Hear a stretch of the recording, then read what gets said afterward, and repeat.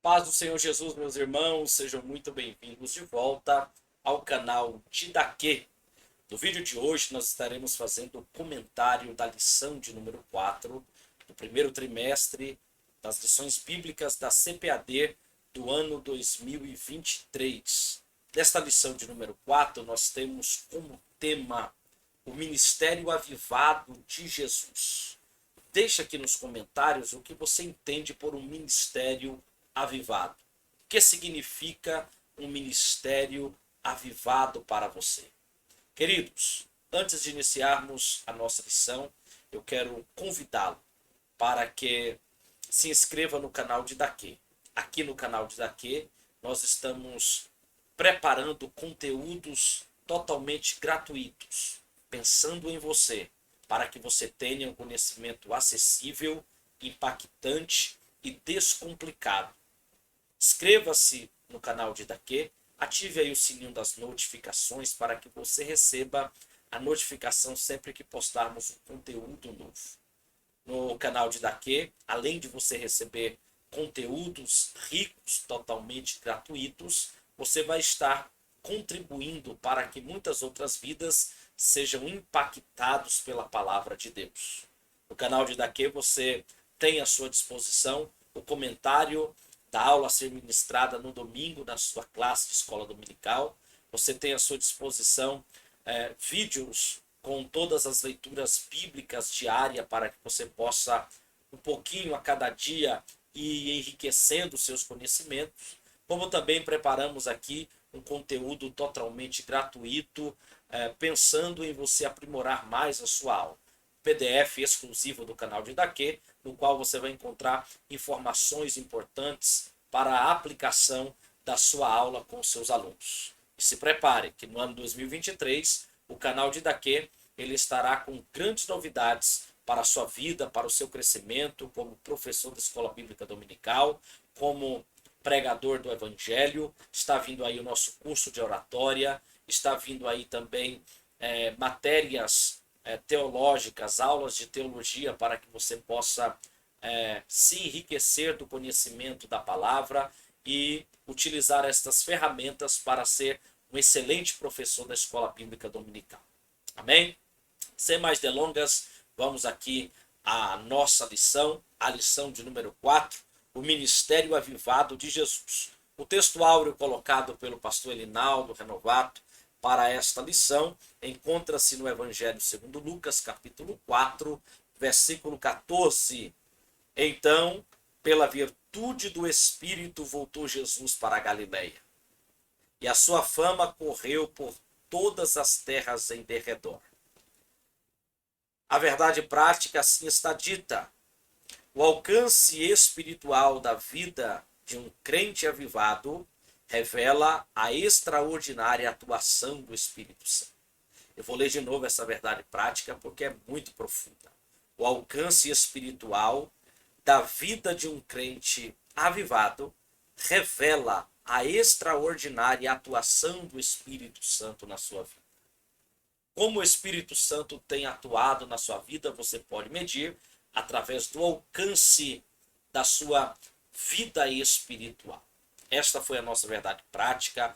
A leitura em classe está registrada no Evangelho segundo Lucas, capítulo 4, do 14 ao 22. Do 14 ao 22. Então, nós não estaremos fazendo essa leitura, porque você deve fazê-la com seus alunos em sala de aula.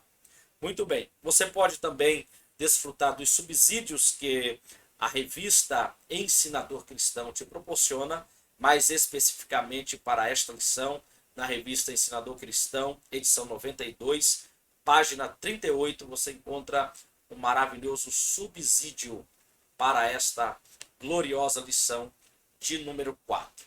Muito bem, os objetivos da nossa lição, queridos alunos e irmãos, são três, na verdade. O primeiro é apresentar Jesus e a pessoa do Espírito Santo. Este é o primeiro objetivo. O segundo objetivo é explicar a importância da oração no ministério de Jesus.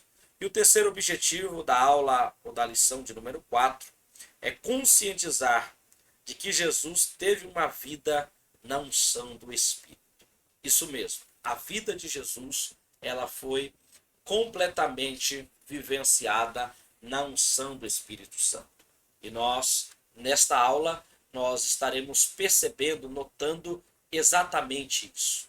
Quais elementos você pode elencar para demonstrar que a vida e o ministério de Jesus foram desfrutados na unção do Espírito? Deixa aqui nos comentários que eu quero saber a forma que você entende este assunto maravilhoso. Queridos, nós temos a introdução aqui da nossa lição, onde apresenta o início do ministério de Jesus, e a Bíblia diz que ele teve início na região da Galileia. Isto tem uma razão muito clara de ser. A Galileia, também conhecida como Galileia dos Gentios, era uma região, nos termos de Israel, povoada por muitas pessoas de diferentes etnias e diferentes povos, e assim a Bíblia a chama de Galileia dos Gentios.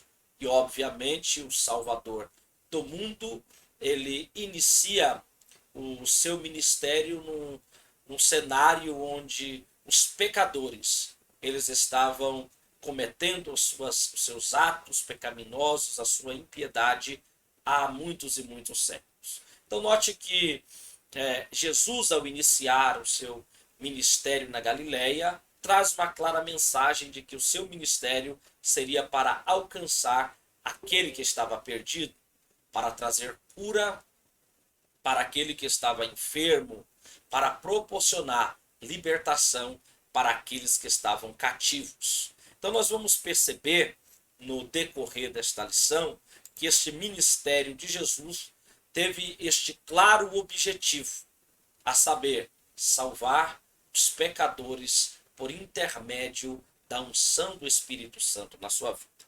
Note que a fama de Jesus corria por toda parte. E esta fama só corria por toda parte pelo fato de Jesus ter na sua vida e no seu ministério a unção do Espírito Santo. A unção do Espírito Santo fazia com que a sua fama viesse a ser conhecida em todos os lugares. Desta forma, Jesus volta para a Galileia. Ele não volta à Galileia para atender uma demanda pessoal. Se você pesquisar, você vai chegar à conclusão de que 90% do ministério de Jesus foi desenvolvido na região da Galileia. Jesus passou aproximadamente seis meses na Judéia e aproximadamente aí dos 3 anos do seu ministério terreno, do seu ministério público, foi desenvolvido na região da Galileia. Então ele esteve na Judéia, mas pela virtude do Espírito, Lucas registra que ele volta para a Galileia. E já na Galileia, a sua fama corria por toda a parte. Já fazia aproximadamente 1 ano que Jesus estava ministrando, que Jesus estava pregando, e a sua fama já era notória, já era conhecida. Então, na virtude do Espírito, Jesus volta para a Galileia. Ele não se deslocou para a Galileia simplesmente porque gostava daquela região ou porque seria aplaudido pelo povo daquela região.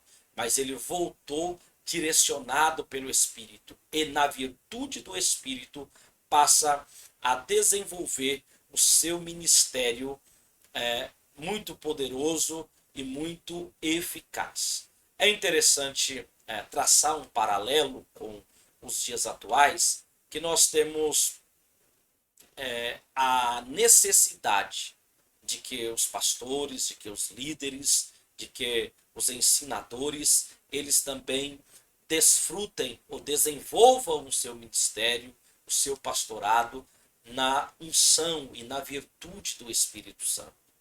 Isto é importante porque nós estamos em pleno século XXI e neste século muitas inovações têm surgido.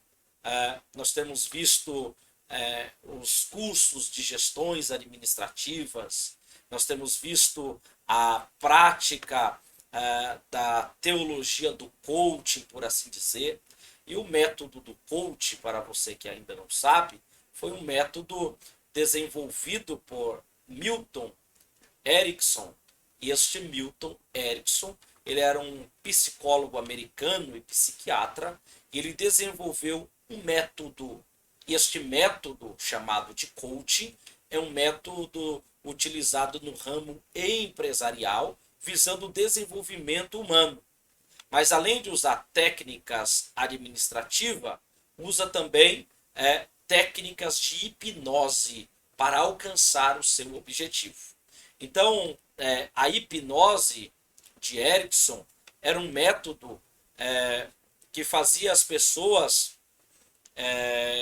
considerar algumas respostas imediatas, levando as pessoas a mudarem de comportamento em determinados aspectos, além de fazer com que essas pessoas viessem ser levadas a fazer aquilo que se esperava, aquilo que se desejava, sem que isso fosse realizado por imposição, por mandamento ou por um autoritarismo. Então, nesse sentido, ele preferiu conversar com clientes ou com as pessoas a serem treinadas no método do coaching, utilizando-se de metáforas, de contradições, de símbolos e de antídotos para influenciar o comportamento das pessoas, em vez de se utilizar de ordens diretas. Então, note que, em alguma medida, este método do coaching é um método um tanto quanto perigoso, um método um tanto quanto nocivo, a partir da ótica de usar-se de elementos como a hipnose para alcançar o seu objetivo.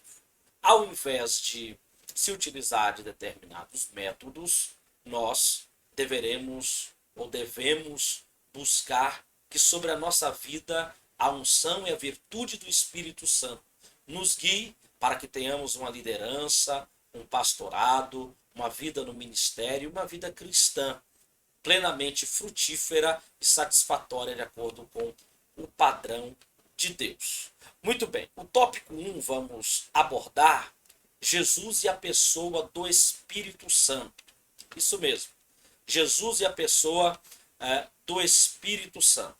Nós vamos perceber aí que o Espírito Santo, ele é a terceira pessoa da Trindade e, de acordo com a perspectiva judaica, havia um único Deus e um único Senhor. Isto é verdade, de fato. No entanto, que os judeus não conseguiam compreender plenamente que esse único Deus, ele se subdivide, ou ele atua, opera na esfera humana, na história da humanidade, em três pessoas distintas, sendo o Pai, o Filho e o Espírito Santo.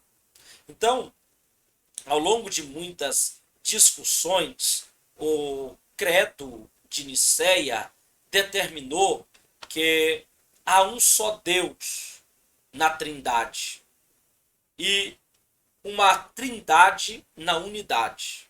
Então, a Trindade ela é composta de um só Deus, mas a Trindade ela é desenvolvida em unidade.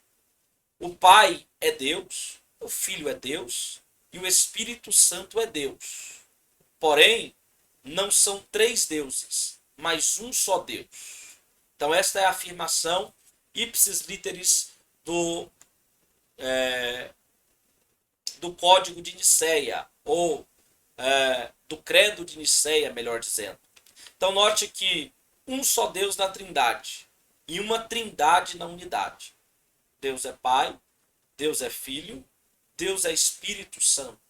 As três pessoas da Trindade compõem um único Deus e não três deuses.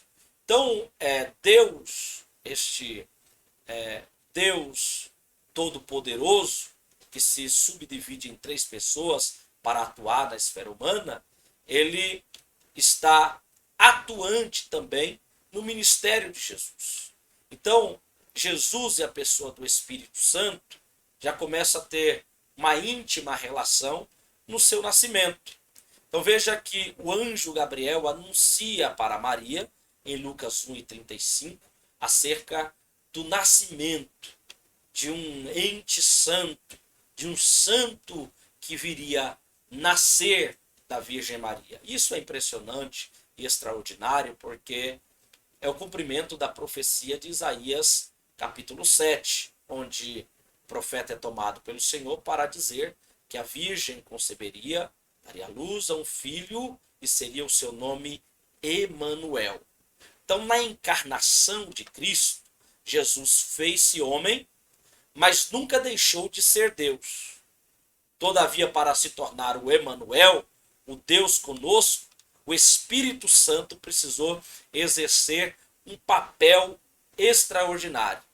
O Espírito Santo precisou exercer um papel de protagonismo, porque foi sob a virtude do Espírito que a jovem Maria veio a conceber, a gerar um filho no seu ventre, sem que ela pudesse, ou sem que ela tivesse conhecido o varão, como está no texto. Então, o nascimento de Jesus foi obra do Espírito Santo, o fato dele ser gerado no ventre de Maria, e para nós isso constitui-se em um milagre extraordinário realizado por Deus. Muito bem, o relacionamento de Jesus com a pessoa do Espírito Santo, no seu batismo, deixa claro que Jesus precisaria da unção e da virtude do Espírito Santo para exercer o seu ministério. Jesus ele foi educado segundo a lei de Moisés, ele participou dos ensinos da Torá, ele tinha um vasto conhecimento da mesma, porque foi ensinado desde criança. Mas antes de fazer a proclamação do Evangelho, Jesus submeteu-se ao batismo para o arrependimento realizado por João Batista. Não que ele precisasse arrepender-se de alguma coisa. Ele não tinha pecado, como diz o autor de Hebreus. No entanto, para cumprir a justiça, disse Jesus. Ele foi até João e foi batizado por ele. Só que no batismo, a Bíblia diz que o Espírito de Deus se manifestou. Quando Jesus sai das águas batismais, a Bíblia diz que os céus se abriram. E de repente, o Espírito Santo começou a descer em forma corpórea como uma pomba e repousou sobre Jesus. Neste exato momento, uma voz do céu clamou e disse: "Este é o meu filho amado, em quem me comprazo." Então temos aqui uma clara manifestação da Trindade, o Pai, o Filho e o Espírito Santo manifestando-se no mesmo lugar. Esta manifestação gloriosa é extraordinária para refutar aqueles que dizem que o Espírito Santo não é Deus, e que o Filho não é Deus, e que só o Pai é Deus, ou que a Trindade não é um ensino bíblico. Mas nós vemos aqui claramente as três pessoas da Trindade de forma distinta, aparecendo e se manifestando no mesmo momento. O fato é que o Espírito pousa sobre Jesus e ele passa a ser inundado, imergido, ungido pelo Espírito para cumprir o papel para o qual foi enviado. Então o Espírito Santo veio sobre Jesus. A voz do céu disse: "Este é o meu filho amado, em quem me comprazo, em quem tenho grande alegria, em quem tenho grande prazer." Muito bem, mas a parte C aí do tópico primeiro, ou do subtópico 1, é o Espírito Santo na vida de Jesus, atuando no seu nascimento, no seu batismo, mas também na sua tentação. O Espírito Santo atuou quando Jesus foi tentado pelo diabo. E ser tentado pelo diabo neste contexto não foi uma simples investida do diabo. Mas a Bíblia diz que foi o Espírito que o impeliu. Mateus capítulo 1, você tem aí na leitura bíblica diária um vídeo fazendo esta leitura diária e trazendo alguns subsídios sobre ela. Mas nós temos que o Espírito Santo é quem conduz Jesus para o deserto. O texto deixa claro, ele o conduz para ser tentado pelo diabo. Então a direção do Espírito, a condução do Espírito, às vezes nos levará a ficar frente a frente com o diabo, com tentações. No entanto, nós temos que ter em mente que o crente que foi avivado, o crente que tem um ministério avivado, ele vence as tentações. Como Jesus venceu as tentações? Quais os tipos de tentações Jesus experimentou nesse contexto? Deixa aqui nos comentários que eu quero saber qual a sua opinião sobre o assunto. Mas respondendo à pergunta, Jesus ele experimentou a tentação no corpo, na alma e no espírito. A Bíblia diz que quando Jesus jejuou 40 dias e 40 noites, note que o confronto, o ataque, a tentação do diabo não veio de imediato. Ele foi para o deserto, ficou 40 dias e 40 noites em jejum. E a Bíblia diz que passados os 40 dias e 40 noites, ele teve fome. Teve fome. Note que é interessante que o diabo aparece justamente no momento em que Jesus tem fome. Porque quando ele nota alguma vulnerabilidade, eis aí o momento de atacar. Mas nós vemos Jesus, ele vencendo as tentações no corpo, na alma e no espírito de forma categórica. Então veja que a primeira tentação foi no corpo, ele teve fome, o seu corpo estava debilitado. O inimigo, vendo esta debilidade, apresenta a primeira tentação. Ele manda a Jesus, ou ele seduz a Jesus a mandar, a se utilizar dos seus poderes divinos para satisfazer uma necessidade pessoal. Ele diz, se tu és o Filho de Deus, manda que as pedras se tornem em pães, querendo assim pôr em xeque a filiação, a deidade do Senhor Jesus Cristo. Mas Jesus, de forma categórica, vence Satanás através da palavra de Deus. Isso mesmo. Ele diz, nem só de pão viverá o homem, mas de toda palavra que sai da boca de Deus. O crente que ele ama a palavra, que ele está imergido na palavra, que ele conhece a palavra, seguramente ele vai vencer as tentações. Não é necessário apenas conhecer alguns versículos isolados. Você tem que conhecer o que está escrito. Você tem que saber onde está escrito. Você tem que saber utilizar o que está escrito ao seu favor. A palavra de Deus, ela vai te ajudar na hora da tentação, na hora do confronto com o inimigo. É necessário entendermos que a palavra de Deus, de acordo com Paulo, em Efésios capítulo 6, ela é a espada do Espírito. Ela é uma arma de ataque. Ela é uma arma para ser utilizada em momentos cruciais como esse. Jesus é tentado segunda vez na sua alma. O diabo tenta seduzi-lo através das riquezas. Melhor, ele tenta seduzi-lo através da arrogância, através de querer provar alguma coisa, através de querer se expor de alguma forma, apresentando que ele é quem de fato diz ser. Ele leva Jesus ao pináculo do templo e diz, se tu és o Filho de Deus, lança-te daqui abaixo. Isso é uma questão da alma, querer provar para as pessoas isso ou aquilo, querer mostrar que você pode, que você faz, que você acontece. No entanto, a Bíblia diz, Jesus mais uma vez usa a palavra e diz, está escrito, não tentarás o Senhor teu Deus.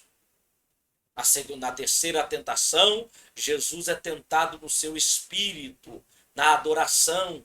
Você sabe que nós somos divididos em três partes, ou de forma tricotômica, em corpo, alma e espírito. Com o nosso corpo, nós nos relacionamos com o mundo e com as pessoas. com a nossa alma, que é o nosso ser interior, através das suas faculdades. Este é o homem interior, as faculdades da alma, os sentimentos, os pensamentos, o entendimento, a vontade, tudo isso são faculdades da alma.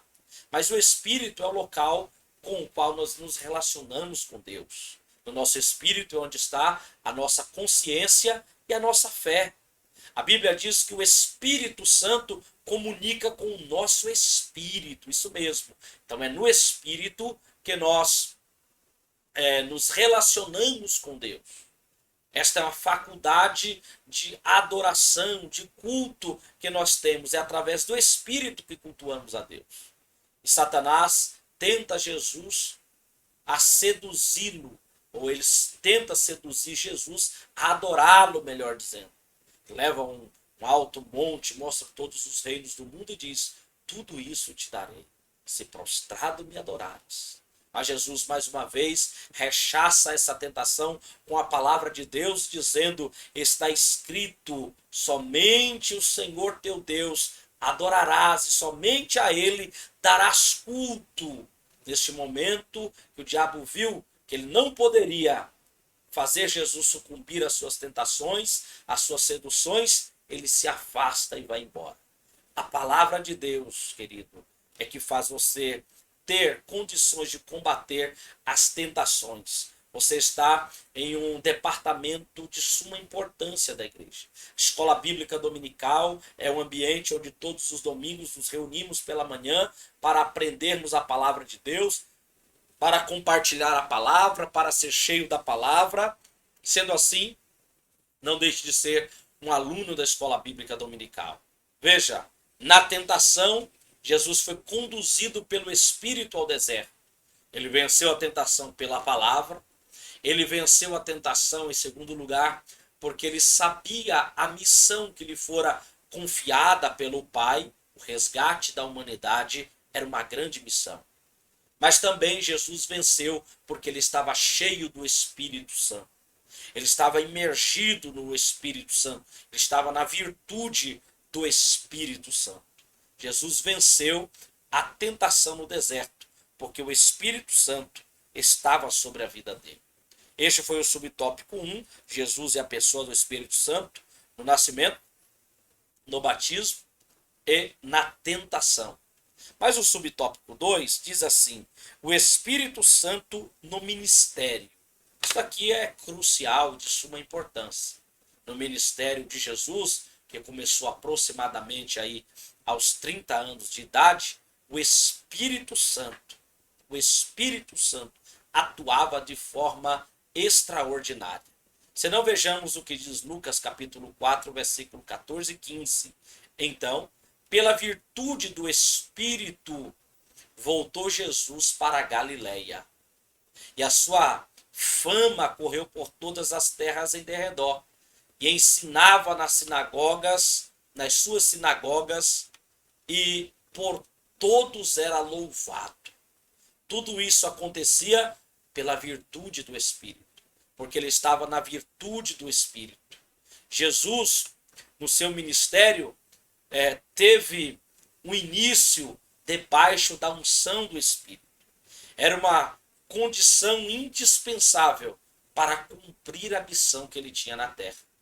Quando ele haveria de enfrentar os diversos tipos de oposições, de tentações, seja na área espiritual, nas batalhas espirituais contra o diabo, contra os demônios, seja na sua vida diária, na sua lida ali com os líderes religiosos, a oposição que eles impunham a Jesus, a sua inveja que era gritante contra o ministério de Jesus, porque eles não tinham a unção do Espírito, mas o Cristo, ele estava na unção do Espírito.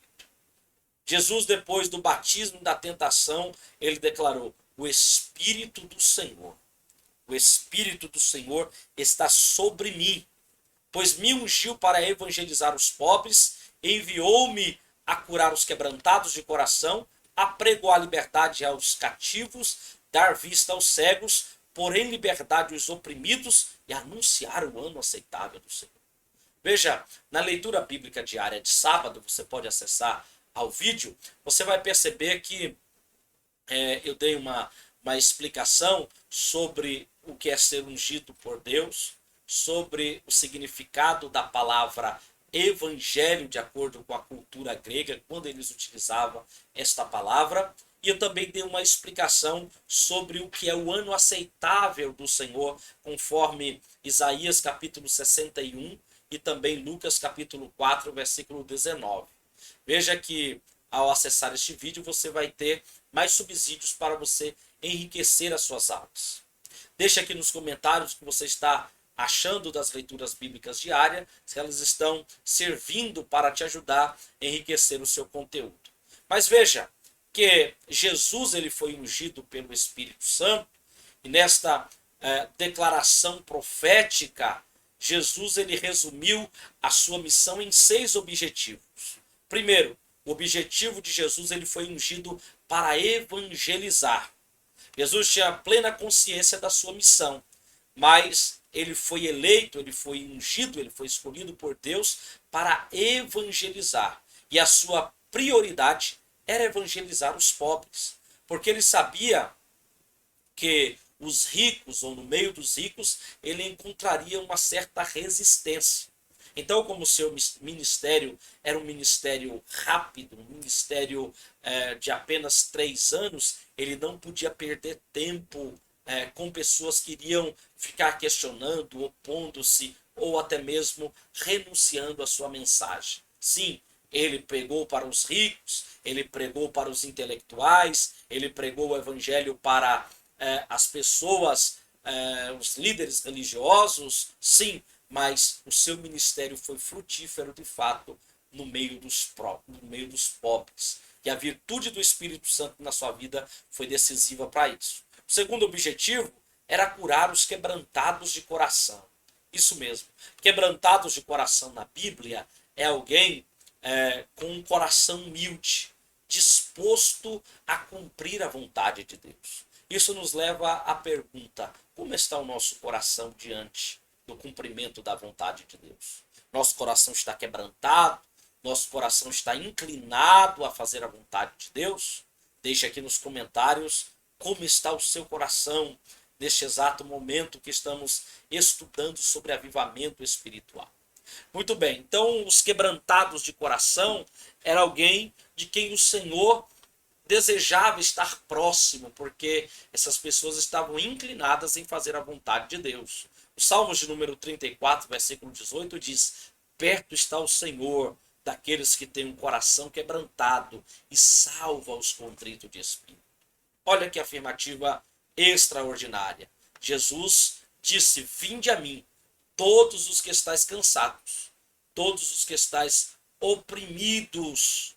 Ele veio para curar os quebrantados de coração. Muito bem.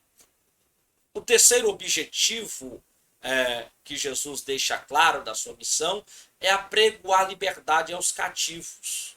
Isto mesmo. O diabo, ele prende as pessoas em falsas liberdades. Parece até um contrassenso, mas isso é verdade. Nunca tivemos uma sociedade tão livre, tão libertina quanto a atual. No entanto, as pessoas estão presas nas drogas, as pessoas estão escravas dos vícios, as pessoas estão numa prisão terrível do século XXI chamada depressão. Então, o diabo aprisiona aqueles que se sentem livres, mas Jesus liberta aqueles que estão presos, aqueles que estão cativos, aqueles a quem o diabo prendeu com as suas algemas. É por isso que Jesus dizia para os judeus que criam nele: se vocês permanecerem na minha palavra, verdadeiramente sereis meus discípulos e conhecereis a verdade, e a verdade vos libertará. Você conhece muito bem este texto, esse jargão do Evangelho segundo João, no capítulo 8, versículo 32. Só que os judeus respondiam assim. Respondeu, pois, os judeus: nós somos descendência de Abraão. Nunca servimos a ninguém. Como dizes tu, sereis livres? Aí Jesus respondeu: em verdade vos digo que todo aquele que comete pecado é servo do pecado. Ora, o servo não fica para sempre em casa, mas fica o filho. Se, pois, o filho vos libertar, verdadeiramente sereis livres. A missão de Jesus é libertar os cativos. Bom, o quarto objetivo é dar vista aos cegos. Isto mesmo, Jesus, no seu ministério, ele curou muitos cegos. O Evangelho segundo João, capítulo 9, registra a cura do cego de nascença, que era também um dos milagres que apontava para a sua messianidade. Sim, Jesus, ele curou o cego de nascença como um dos sinais de que ele era o Messias, um dos 7 sinais registrados no Evangelho segundo João, de que Jesus era o Messias. João registrou esse sinal para que eles creiam que Jesus é o Filho de Deus. Note que Jesus, ele curou os cegos, mas sobretudo ele queria curar todas as pessoas da cegueira espiritual. Sim, Jesus, ele quer dar vista aos cegos. A cegueira espiritual que leva as pessoas aos diversos tipos de males, leva as pessoas a diversos pecados morais, a tudo isso que aflige a humanidade. Jesus, ele quer dar vista aos cegos. Quantos cegos espiritualmente que estão à nossa volta. A Bíblia diz que o Deus deste século cegou o entendimento dos incrédulos, para que eles não vejam resplandecer da luz da glória do Evangelho de Cristo. Está em 2 Coríntios, capítulo 4, versículo 4. Mas Jesus, ele abre os olhos daqueles que estão cegos, para que eles vejam a gloriosa luz do seu Evangelho. Muito bem, o quinto objetivo da missão de Jesus é pôr em liberdade os oprimidos. Sim, nós vivemos em um mundo que muitos regimes ditatoriais, a saber, de alguns sistemas, de algumas filosofias de governo, como os governos comunistas, como os governos totalitaristas, como os governos ateístas, como governos de religiões que não permitem que outras religiões sejam anunciadas, a população, o povo desses governos, eles são oprimidos, eles não têm liberdade. Mas Jesus, sobretudo, ele quer dar liberdade para os oprimidos. Aqueles que também são oprimidos no mundo espiritual, aqueles que são oprimidos pelo inimigo da nossa alma. Jesus tem liberdade para tais. O sexto e último objetivo do ministério da missão de Jesus é anunciar o ano aceitável do Senhor. Como disse aqui na leitura bíblica de sábado, de Lucas capítulo 4, versículos 18 e 19, você tem uma explanação sobre o que é o ano aceitável do Senhor, quando ele acontecia. Você tem as referências de Levítico 25, a partir do versículo 8 até o versículo 34. Ali em Levítico você pode desfrutar do conhecimento do que era o ano aceitável do Senhor. Deixa aqui nos comentários se você entendeu plenamente qual é a missão de Cristo, qual é a missão do Messias, a partir de Lucas capítulo 4, versículos 18 e 19. Se esse conteúdo está sendo bênção para você, deixe um joinha aqui para que a gente possa continuar sendo visualizado e aparecer o nosso conteúdo para mais e mais pessoas. Deixe aqui o seu like, compartilhe também com alguém este conteúdo.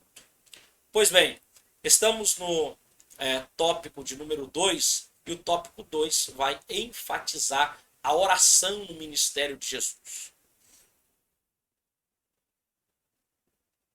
O ministério de Jesus, queridos, foi um ministério marcado, um ministério pautado pela oração.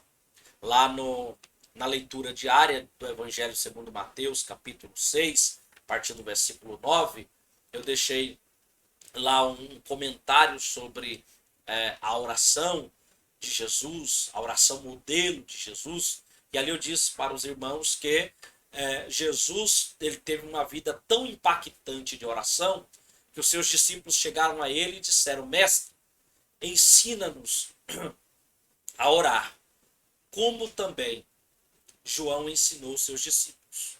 Ensina-nos a orar. Eis a questão, irmãos, que muitas pessoas não querem atentar para ela. A oração é um divisor de água na vida do professor de escola dominical, dos seus alunos, da superintendência. A oração é de suma importância para que você tenha um ministério de ensino de sucesso. Para que você tenha uma vida cristã vitoriosa, é necessário oração. É necessário nós buscarmos a Deus continuamente em oração. Como está a sua vida de oração? É a pergunta que nós devemos fazer neste momento. Como está a sua oração quando você está preparando a sua aula para expor aos seus alunos? Isso mesmo, preparando a sua aula, eu disse. Porque não é só assistir os vídeos que compartilhamos, os inúmeros conteúdos que você tem à disposição na internet. Você precisa orar. Orar com seus alunos, orar pela sua classe, pedir a Deus que envie mais alunos para a sua classe, para que alunos que não são crentes cheguem à sua classe, para que eles também possam desfrutar do conhecimento da palavra de Deus.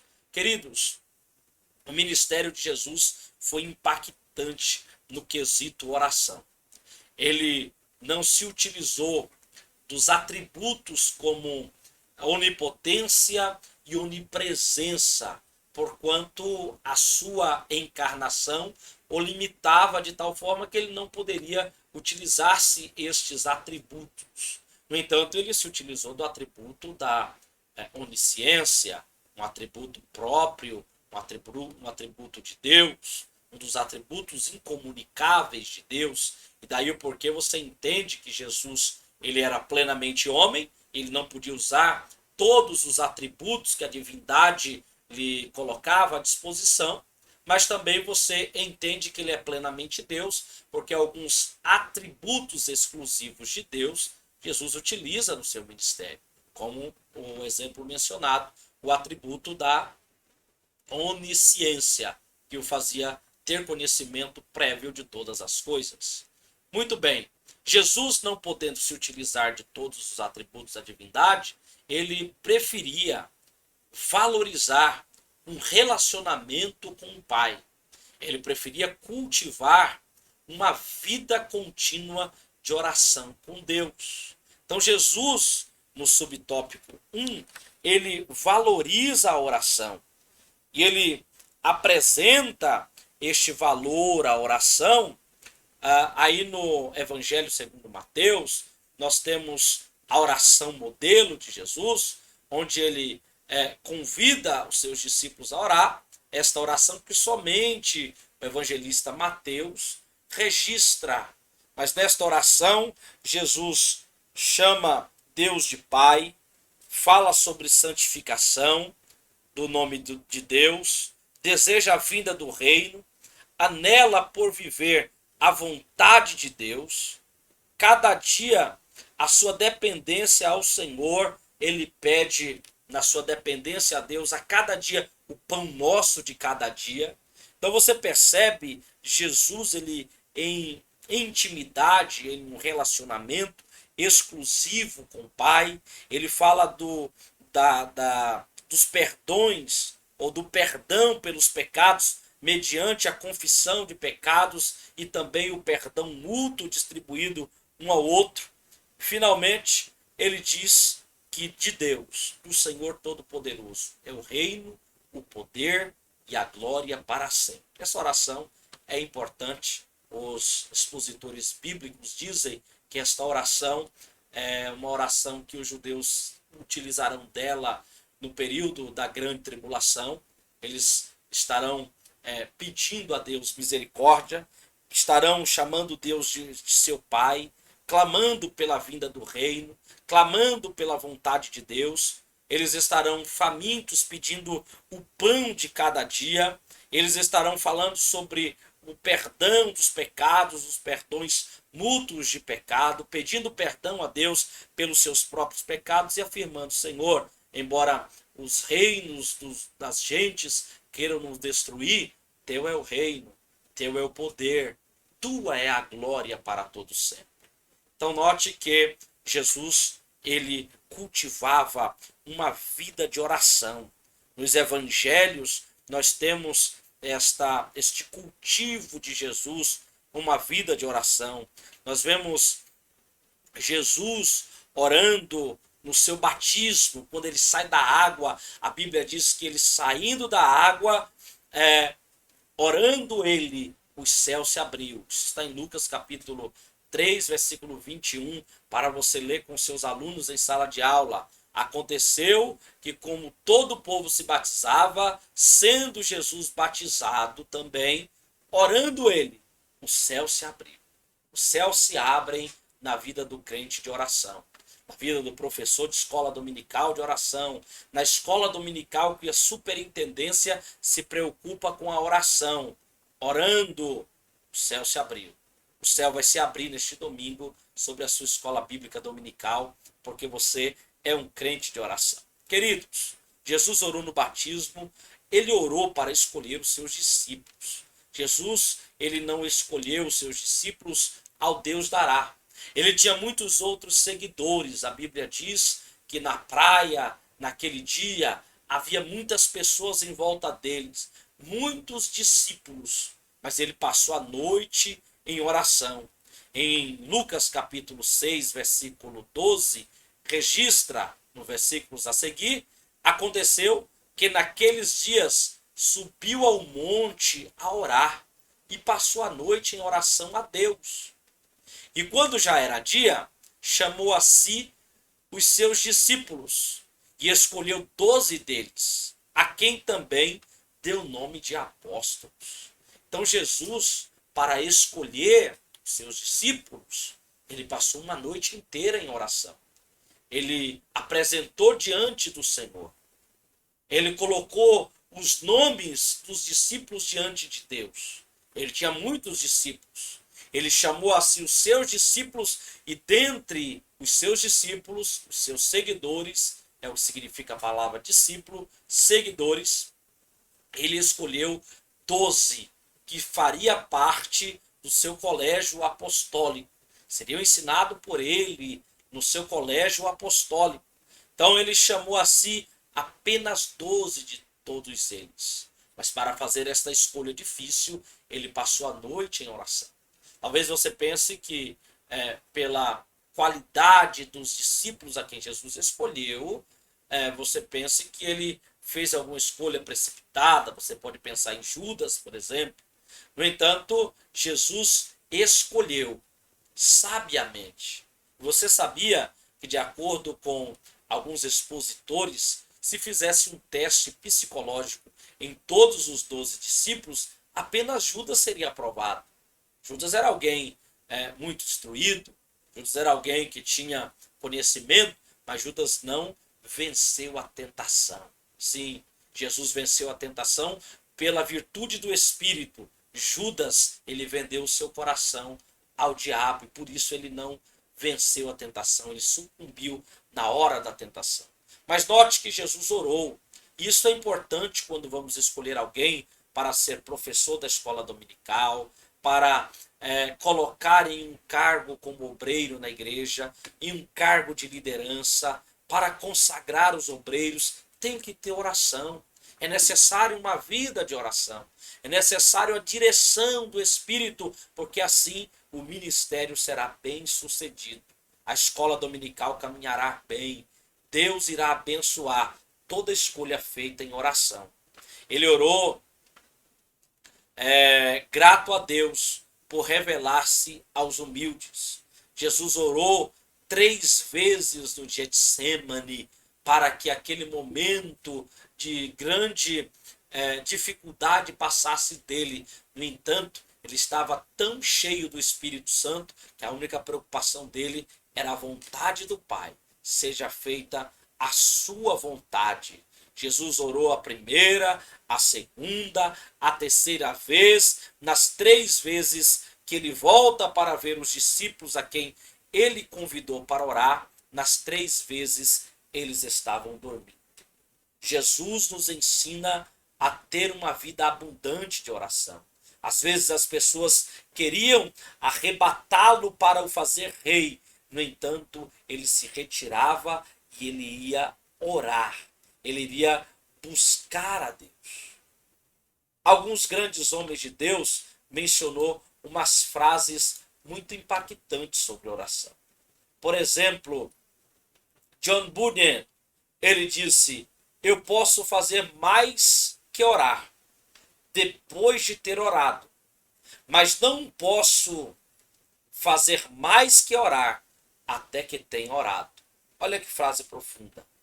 Veja, frase de Charles Spurgeon: sempre que Deus deseja realizar algo, ele convoca o seu povo para orar. Olha que frase muito interessante. Uma frase sobre oração do missionário na China, Hudson Taylor: quando trabalhamos, nós trabalhamos, mas quando oramos, Deus trabalha. Outra frase célebre de Spurgeon, ele disse: preferiria ensinar um homem a orar do que 10 homens a pregar. Cada frase dessa foram ditas por homens que sabiam o que era oração, por homens de oração. Veja esta frase de um autor desconhecido: a fé é onipotente quando ela está ajoelhada. Que frase interessante, que frase impactante. A nossa fé, ela torna-se onipotente quando ela está de joelho. Ou seja, quando estamos orando, a nossa fé, ela se torna poderosa. Queridos, Jesus tinha uma vida abundante de oração. Eu quero perguntar, deixa aqui nos comentários como está a sua vida de oração. Qual o período que você mais gosta de orar? De manhã, de tarde, de noite, de madrugada? Interaja comigo aqui nos comentários, porque nós precisamos intensificar a nossa vida de oração. Isso mesmo. Intensidade de oração nos dará mobilidade no ministério. Quando oramos, Deus trabalha, disse o homem de Deus. Quero relembrar aqui a verdade prática. O alcance da vida espiritual de um crente avivado revela a extraordinária atuação do Espírito. Quando nós oramos, o Espírito atua na nossa vida, nós certamente teremos uma vida espiritual impactante e vibrante, avivada pelo poder de Deus. Este foi o tópico de número 2, e eu quero que você, mais uma vez, compartilhe esse conteúdo com alguém, porque será de suma importância para que esta pessoa seja impactada pelo Evangelho. O tópico 3, queridos, ele vai abordar a temática, a necessidade de um ministério na unção do Espírito Santo. Nenhum ministério vinculado à Igreja do Senhor Jesus pode ser bem sucedido se os que neles estão envolvidos não tiver uma vida na unção do Espírito Santo. Esta frase está no livro de apoio, dito pelo pastor Elinaldo Renovato. Nenhum ministério vinculado à Igreja do Senhor Jesus pode ser bem sucedido se ele não for envolvido, se nele não são envolvidos uma vida na unção do Espírito Santo. Então veja que em todos os momentos de avivamento nas narrativas bíblicas, nós vimos na lição 2 e 3 aí, o avivamento no Antigo e no Novo Testamento, nenhum desses avivamentos começou por si só. Começou simplesmente porque Deus queria agir no meio do povo. Mas eles começaram com características fundamentais. Primeiro, as pessoas elas estavam influenciadas e fundamentadas na palavra de Deus. Segundo elemento de um grande avivamento, muita oração. Então a palavra e a oração, ela tem que ser protagonista na nossa vida espiritual, na nossa vida ministerial, na nossa vida como professor. Nós temos que ler muito a Bíblia, ler bons livros, mas sobretudo também orar muito.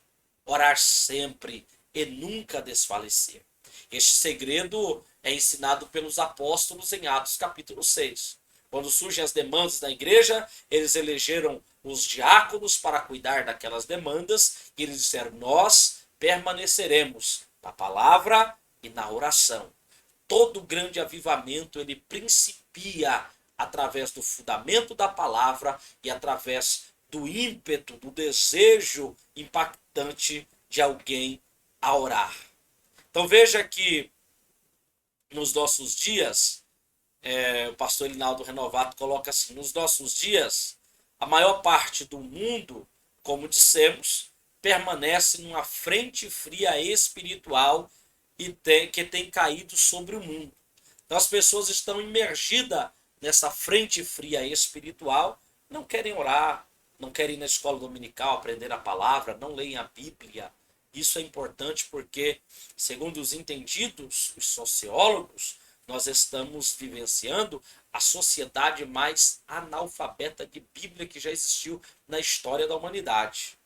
Então, nós precisamos intensificar a nossa vida de oração. A nossa vida, ela tem que ser vivenciada na unção do Espírito Santo. A vida do obreiro precisa ser uma vida na unção do Espírito de Deus. Então o apóstolo Pedro, ele narra aqui nos Atos dos Apóstolos acerca do avivamento espiritual em que estava ocorrendo em Jerusalém, mas ele narra que isso aconteceria nos últimos dias. Os últimos dias eles são contados desde a morte de Jesus na cruz até o retorno em glória de Cristo.